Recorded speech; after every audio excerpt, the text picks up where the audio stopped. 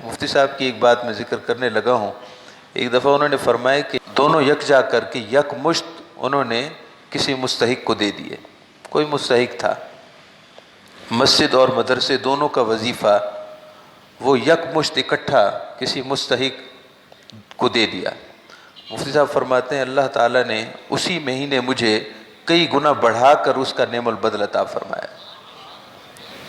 کہ ان کا مجرب تھا. آپ کی اور میری زندگی میں بھی ایسا بارہا ہوتا ہے، اور اگر نہیں ہوتا تو ہم کوشش کر کے دیکھیں.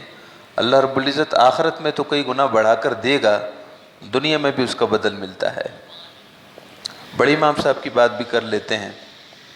بڑے امام صاحب رحمۃ اللہ تعالی علیہ ایک دن جمعہ کا دن تھا، جمعہ کی نماز پڑھانے کے بعد گھر کی طرف جا رہے تھے. محراب سے دروازے تک کا سفر ہے، یعنی محراب سے اب مسجد کے دروازے کی طرف باہر نکل رہے تھے.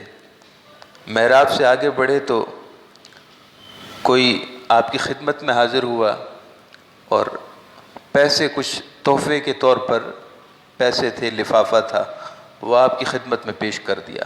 آپ نے فرمایا نہیں بھائی رکھو. وہ کہنے لگا جی نہیں، محبت سے پیش کر رہا ہوں. آپ نے لیے اور باسکٹ میں ڈال لیے. آس پاس جمعہ کا دن تھا، کئی لوگ بیٹھے ہوئے تھے. کسی کے دل میں خیال آیا کہ دیکھو ان کو اوپر سے بھی ملتا ہے، ان کو ہم ایک وظیفہ بھی دے رہے ہیں اور ساتھ میں ان کی اوپر سے بھی کمائی ہے. جیسا کہ طبیعت شیطان مختلف خیالات ڈالتا ہے، تو کسی کے دل میں یہ خیال آیا، اور نامی گرامی شخص تھے وہ، اور خود انہوں نے یہ بات سنائی اور سمجھائی ہے کہ یہ واقعہ خود میرے ساتھ ہوا. ان کے دل میں خیال آیا کہ امام صاحب کی تو اوپر سے بھی تحفے تحائف ملتے ہیں. ابھی امام صاحب دروازے تک نہیں پہنچے تھے کہ اتنے میں ایک اور مستحق شخص آیا اور اس نے اپنی حاجت پیش کی. امام صاحب نے باسکٹ کے اسی جیب میں دوبارہ ہاتھ ڈالا اور وہی لفافہ اس کے حوالے کر دیا. اور اس کے بعد جس کے دل میں خیال آیا آپ نے اس کو بلا کر ارشاد فرمایا کہ دیکھو بھائی، اللہ دینے والے بھی بھیجتا ہے اور لینے والے بھی بھیج دیتا ہے.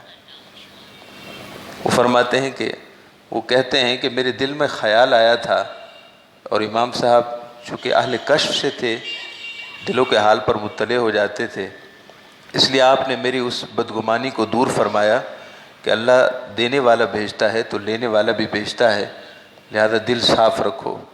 وہ عرض کرنے لگا کہ حضور میں تو معافی چاہتا ہوں آپ سے. آپ نے فرمایا نہیں بھائی کوئی بات نہیں، ہم تو تمہیں ویسے ہی بتا رہے تھے.